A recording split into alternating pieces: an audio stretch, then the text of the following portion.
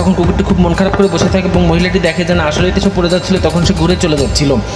চলে যাওয়ার পরে যখন সে কিছু দূর যাচ্ছে, যেতে যেতে তখন দেখে একটা ছিনতাইকারী যখন মহিলাকে দেখতে পায় তখন মহিলাটির ব্যাগের দিকে লক্ষ্য করে এবং ব্যাগটি নিয়ে দৌড় দেয়। তখন যখনই দৌড় দেয় মহিলাটি বলে বাঁচাও বাঁচাও বলে, তখন মহিলাটি চিল্লাপাল্লা শুরু করে এবং মহিলাটির যখন ওই ছিনতাইকারীর পিছনে দৌড়ায় তখন কুকুরটি দেখতে পায় এবং কুকুরটিও ছিনতাইকারীর পিছনে দৌড়ানো শুরু করে।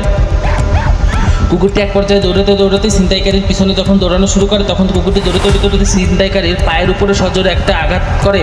তখন ছিনতাইকারী পড়ে যায় এবং বাবাকে বলে ব্যাগটি ফেলে রেখে দৌড়ে পালায়। তখন কুকুরটি সেই ব্যাগটি মুখে করে নিয়ে মহিলাটির কাছে নিয়ে যায় এবং মহিলাটির কাছে যখন নিয়ে যাচ্ছিল তখন মহিলাটি লক্ষ্য করে কুকুরটি এর মুখে তার ব্যাগ।